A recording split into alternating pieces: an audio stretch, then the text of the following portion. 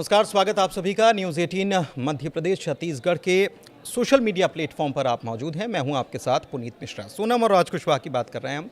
Updates आप तक पहुंचा देते हैं कि क्या कुछ हुआ है, क्या क्या जानकारियां हैं। वैसे तो आप तक खबर पहुंच गई है, जानकारी और सब चीज़ों से आप वाकिफ़ हैं कि क्या कुछ हुआ है, लेकिन कुछ टाइमलाइंस जो हैं वो सामने आई है और इसीलिए मैं आपके सामने आया हूँ कि कुछ चीज़ें आपको और बताई जाए, इसमें और जानकारी आप तक पहुँचाई जाए।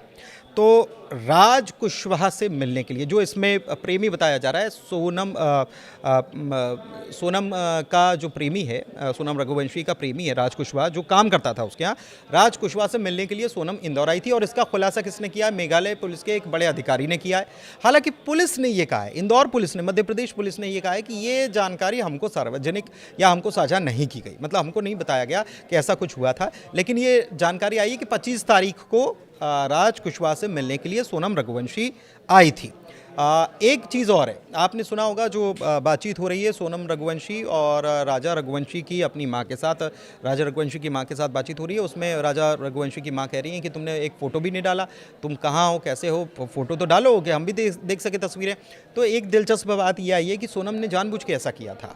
एक तथ्य ये भी सामने आया है कि सोनम ने जानबूझ के ऐसा किया, एक भी फ़ोटो पोस्ट नहीं की।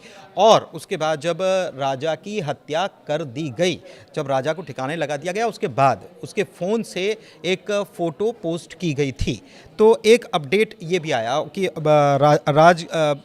राजा जो है उसके सोशल मीडिया अकाउंट से फ़ोटो डाली गई और इसी से एक बड़ा शक पुलिस को गहराता चला गया कि हो ना हो मामला कुछ संदिग्ध है, क्योंकि इतने दिन से आए थे, हनीमून पर आए थे, एक भी फ़ोटो इन्होंने, कामाख्या भी गए थे, दर्शन किए थे, एक फ़ोटो पोस्ट इन्होंने नहीं की और उसके बाद ये पोस्ट आया, तो ये मामला गहराया है। एक बात और है, बड़ी बात यह है कि राजा रघुवंशी की हत्या जो की गई या जिस तरीके से ये वारदात अंजाम दी गई, उसमें ये भी पता चला है कि ये लोग जो मिलकर जिन्होंने हमला किया, इसमें राजा रघुवंशी की तभी मौत नहीं हुई थी और धक्का दे दिया गया। सोनम और उसके साथियों ने मिलकर राजा रघुवंशी को धक्का दे दिया और उसके बाद वहाँ पर खून ज़्यादा बहने की वजह से, मतलब जब राजा रघुवंशी को धक्का दिया गया तभी वो जीवित था, लेकिन खून ज़्यादा बह जाने की वजह से और तुरंत मदद नहीं मिल पाने की वजह से राजा रघुवंशी ने तड़प तड़प कर दम तोड़ दिया।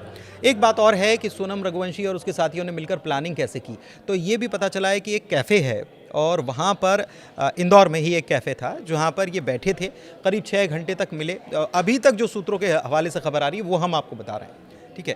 तो ये खबर है कि ये 6 घंटे तक वहाँ पर बैठे, मिले, शादी के बाद की ये बात बताई गई है। शादी हुई उसके 2-3 दिन बाद सोनम और उसके साथी जो हैं ये मिले, बातचीत की, पूरी प्लानिंग की। 6 घंटे के आसपास इन्होंने पूरी प्लानिंग की और उसके बाद ये प्लान बनाया कि हमको इस तरीके से ये करना है।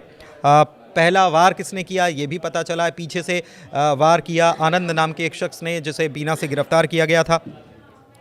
एक चीज़ और है कि वहाँ पर जब ये पूरी वारदात अंजाम दी गई तो उसके बाद जो सोनम ने जो रेनकोट पहन रखा था उसके ऊपर खून के छींटे आ गए थे। तो ये सवाल उठ रहा था ना कि वो जो रेनकोट है वो किसका है, तो फीमेल का ये पता चल गया था, सोनम का ही था, ये भी पता चल गया क्योंकि नज़र भी रहा, सीसीटीवी में नज़र भी आ रहा है और उसमें खून के छींटे थे। इसलिए इन्होंने छोड़ दिया कि कहीं कोई सबूत हाथ ना लग जाए और इसीलिए जानबूझकर उन्होंने हथियार जो ख़रीदा था वो भी वहाँ पर छोड़ दिया गया, जानबूझकर ये हथियार छोड़ा गया।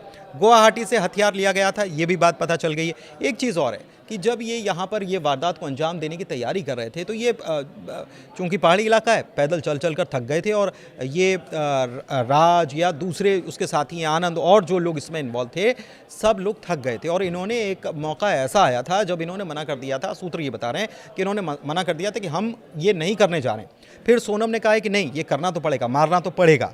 उसके बाद सोनम ने 20 लाख रुपए का इनको लालच दिया, इनको कहा कि मैं तुम्हें 20 लाख रुपए दूंगी अगर ये तुम कर देते हो तो फिर ये पूरी अंजाम दी गई, पूरी घटना जो है वो अंजाम दी गई। इसमें एक बात और पता चली है कि घटना को अंजाम देने के दौरान राजा रघुवंशी जो है उसके पर्स से पैसे निकाले गए, उसमें 15,000 रुपये थे। 15,000 रुपये सोनम ने निकाले और उन 3 लड़कों को दिए। और उन्हीं के साथ बातचीत करते हुए, ये सीसीटीवी में तस्वीरें कैद भी हुई हैं, उन्हीं के साथ बातचीत करते हुए वो आगे तक गई है। वहाँ पर उसने जूस पिया है, जूस के बाद फिर वो बस में बैठकर रवाना हो गई। इस दौरान राज से उसका लगातार संपर्क जो है वो बना हुआ था और राज के कहने पर ही वो अपनी लोकेशन को बार बार बदलती रही, गाजीपुर भी गई। लेकिन इस बीच मेघालय पुलिस ने ये भी बताया है, एक वरिष्ठ अधिकारी ने बताया है मेघालय पुलिस के, कि राज कुशवाहा से मिलने के लिए इंदौर आई थी, 25 तारीख को इंदौर आई थी, वो मिली वहाँ पर और उसके बाद फिर वो वापस चली गई। फिर उसके बाद राज कुशवाहा ने उसे बताया था कि तुम गाजीपुर चले जाओ, ये बात भी सामने आई है। लेकिन एक बात और है कि राज कुशवाहा जो है, उसके परिवार के लोग अपने बच्चे को निर्दोष बता रहे हैं। माँ कह रही है कि मेरा बेटा निर्दोष है, बहन कह रही है कि मेरा भाई इतना मासूम है कि उसने कुछ भी नहीं किया है। लेकिन पुलिस जो है जिस तरीके से काम कर रही है, उसमें बहुत सारी चीज़ें उसके पास सबूत हाथ लग चुके हैं। सबसे बड़ी बात यह है कि राज कुशवाहा के परिजन जो हैं, वो अब राजा रघुवंशी के परिजनों से ये गुहार लगा रहे हैं कि आप कोई हेल्प करवा दो, आप कोई मदद करवा दो, हमारा बेटा बेकसूर है, आप उसने कुछ भी नहीं किया है, मेरा भाई बेकसूर है, इसका उसमें कोई लेना देना नहीं है। एक दिलचस्प बात क्या है, एक दिलचस्प बात ये है कि राज कुशवाहा जिससे अफेयर बताया जा रहा है सोनम रघुवंशी का, या जो प्रेमी बताए जा रहे हैं, उसमें बड़ा अपडेट ये है कि राज कुशवाहा सोनम को दीदी कहता था। जी हाँ, दीदी कहता था। तो ये बड़ी चौंकाने वाली बात है कि क्या यही एंगल है, या ये प्रेम का मामला है, या फिर इसके पीछे कुछ और भी कहानी है। एक चीज़ और है, एक छोटी सी कहानी, अब इसमें एक एंगल और आ रहा है और ये दिलचस्प भी है, चर्चा का विषय तो है, क्योंकि प्रेगनेंसी की बात कही जा रही थी। तो अब एक बात, उसका जो मेडिकल कराया सोनम रघुवंशी का, उसमें कुछ चीज़ें सामने नहीं आई हैं। लेकिन फिर भी ये कहा गया है कि उसका अल्ट्रासाउंड यानी कि सोनोग्राफी जो है एक बार कराई जाएगी, ताकि चीज़ें उस मामले में और तथ्य साफ हो पाएँ कि उसकी प्रेगनेंसी है या नहीं है। लेकिन उसे कोई चोटें नहीं हैं। एक बात और है कि जिस पंडित को बताया था परिवार ने, और जिस पंडित ने बताया था कि पूर्व दिशा की ओर वो लेके गई है, इसमें महिला इन्वॉल्व है, और जिसने ये कहा था कि उल्टी तस्वीर लगा दो तो उसका पता चल जाएगा, तो उस पर लोगों का भरोसा बढ़ गया है। बड़ी चर्चा हो रही है कि अरे पंडित जी ने तो बहुत सही बात बता दी। तो उन्होंने एक दावा और कर दिया। उन्होंने दावा क्या किया, उन्होंने कहा है कि इसमें अधिक से अधिक 15 लोग इन्वॉल्व हो सकते हैं, और उन्होंने ये भी दावा किया कि इसमें एक और महिला इन्वॉल्व है। अब वो महिला कौन है, पंडित जी की बात के ऊपर क्या कितना भरोसा किया जाए, ज्योतिषी की बात पर कितना भरोसा किया जाए, इसको तो हम नहीं कहना चाहेंगे, लेकिन उनकी तरफ से ये कहा गया। तो क्या जाँच इस तरफ से अगर किसी का दावा है और वो भी ज्योतिषी का, तो उस ज्योतिषी के दावे पर क्या जाँच बढ़ जाएगी आगे? ये अपने आप में एक बड़ा सवाल है। लेकिन पुलिस अपनी तहकीकात को अभी और जारी रखे हुए, इनसे पूछताछ लगातार की जा रही है, और इनके द्वारा हो सकता है कि आमने सामने बैठाएंगे तो और भी चीज़ें सामने साफ हो जाएंगी, कि पहले अलग अलग पूछताछ होगी, उसके बाद फिर आमने सामने बैठ जाएंगे तो सारी चीज़ें साफ हो जाएंगी। कुल मिलाकर अपडेट ये था, अपडेट आप तक हमने पहुंचा दिया है।